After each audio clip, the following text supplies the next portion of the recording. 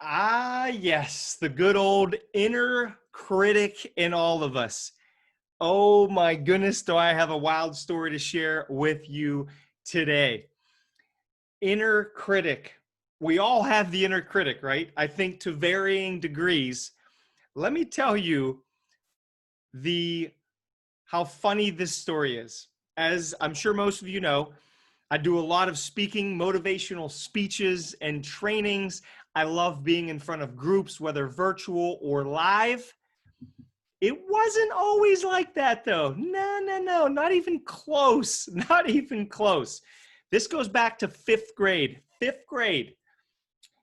We are in our fifth grade classroom, probably 25 of us, and they're having people volunteer for whoever wants to run for student government. I wanted no part of student government. I was not interested. So three people threw their hand up, and there was going to be a speeches for each of the three of them, and then we would vote on who won out of the three. Well, a good friend of mine named Billy, sitting in the first row, said, "What about volunteers? Like, shouldn't we volunteer somebody? Shouldn't we all say who we think should run?" And the teacher said, "You know what? That's a good idea, Billy. Does anyone have someone they want to nominate?" And he said, "How about Matt.Scoletti?" Oh my, thanks, Billy. I appreciate it. And I think somebody else was nominated as well. So there's five of us from the classroom. They decided that we did not have to give a speech yet, but the winner would have to. Well, guess who won? That's right, me. So now I have to give a speech in front of the entire school why I want to run for student government. You know what? That's fine. It's going to be a great opportunity to give a speech. I'd never done that before in front of that many people. That's great.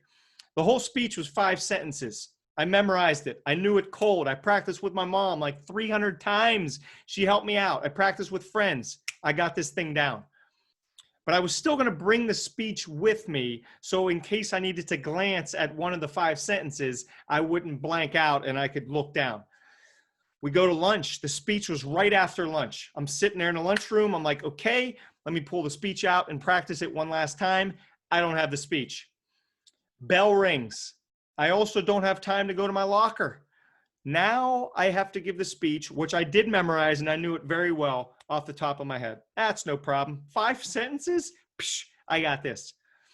First 4 sentences went very well. Very, very well. Then sentence 5 came and I completely and utterly blanked out. I heard nothing. It sounded like this. Cricket. Nothing. I kid you not, I think there was at least 10 seconds of total silence, me standing there in front of 200 and some people. Finally, thank goodness my teacher remembered a little bit of my speech and said, "Matt, weren't you going to say something about a suggestion box?" That was the final sentence. My last idea was to put a suggestion box outside of the principal's office so people could put in ideas of different changes they wanted to see made in the school. I completely forgot it. And this speech, this one sentence that I forgot, haunted me for, I'm not kidding you, over a decade, almost 2 decades. How old am I in 5th grade? Like 9, 10, something like that. Every time I gave a speech after that, which included 6th grade, 7th grade, 8th grade, all the way through high school, all the way through college, right before I was getting ready to open my mouth to give the beginning of any speech, what did I think about? I thought about me forgetting that line in 5th grade. Am I a different person maybe at 19 years old from 10 years old? I think so, yes. Am I a different person at 24 years old than 9 or 10 years old? Yes, but I kept living through the old story. Even though I was 10, 15, even 20 years later, I kept doing it. Why do I bring this up? Because that's the inner critic. The inner critic, I could not kill the inner critic for a very, very long time. I ask you now to think about your inner critic. Is there that little person in your head that's talking you off of things that you want to do? Is your inner critic saying, "Oh, you cannot run 5 miles. Why even try? Oh, you cannot get that promotion. You've only been here 3 years. Why would you think you deserve that promotion? Or you're not going to get that job. Why even show up? Why even apply? You're not going to get into that school. Why would you even fill out the 4 essays you have to? There's no chance. What is your inner critic saying to you? And here is my ask. My ask is not necessarily to shut him or her up immediately.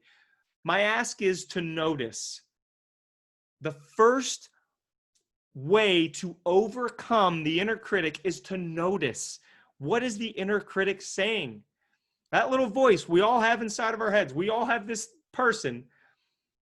Think about what your inner critic is holding you back from. That's the first step. Once you notice it and identify it, now you can figure out ways to overcome it.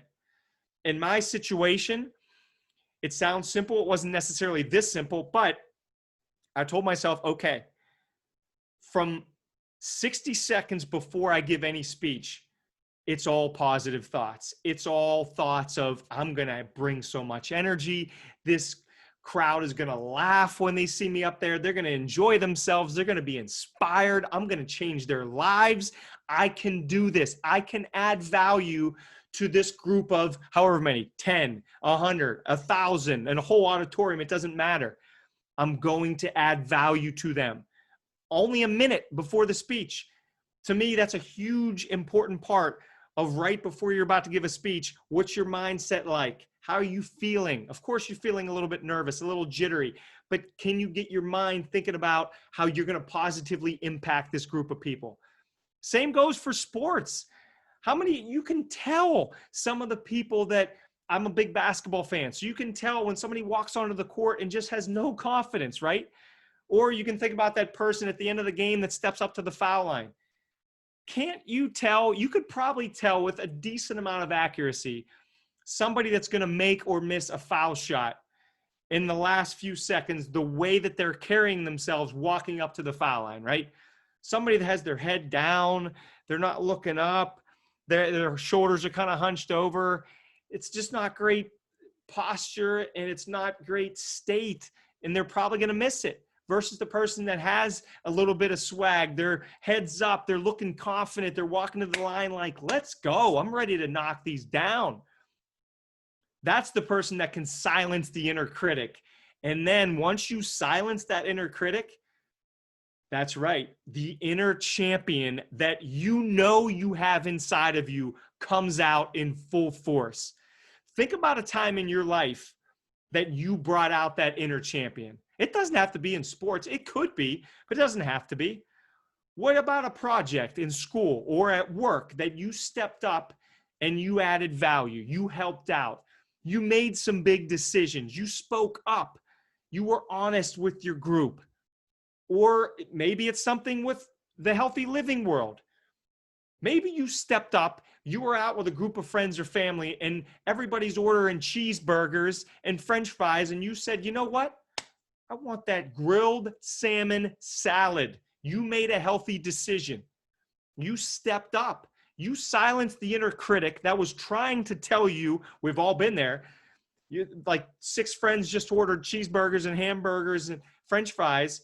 It's on you to order the same, to follow suit. You have to order the same thing. If not, oh, you're going to get made fun of. Oh, you're going to get made fun of. The inner critic says to you, you better just order what everyone else ordered. You don't want to make a scene.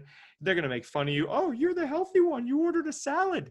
The inner champion is telling you your body is a temple. You are worth it. You are worth eating healthy for. This is the only place you have to live is your body, as we mentioned in a prior podcast. Treat it well. Order that salad. It doesn't matter what anyone else thinks of you. This is your life. Bring out your inner champion. That's what I ask of you. What I ask of you is this. In the next 24 hours, think about that person that's in all of our heads. Think about what that inner critic is saying to you and just notice it. And then you can flip that into the inner champion. And if we can get our inner part right, that shows up in the outer world constantly in the external world. We get the inner world right, the external world, it shows up. You bust out the inner champion more than the inner critic, and you're going to get that promotion. You're going to start that business. You're going to get that date with that person. You're going to get into that college.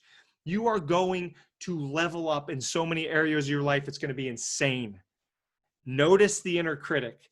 Then you silence the inner critic, and then you bust out the inner champion. And I can't wait to see what happens in your lives. Hit me up on social media. Let me know. Maybe we can rock the hashtag inner champion and tag me in some posts so I can see how you're busting out the inner champion, whether you decide to run further than you ever have before and your inner critic tried to tell you, you can't run that far, you can't do that. Maybe you do more push-ups in one workout session than you've ever done before. When your inner critic said, you should stop at 25 or 30. There's really no reason to do 50.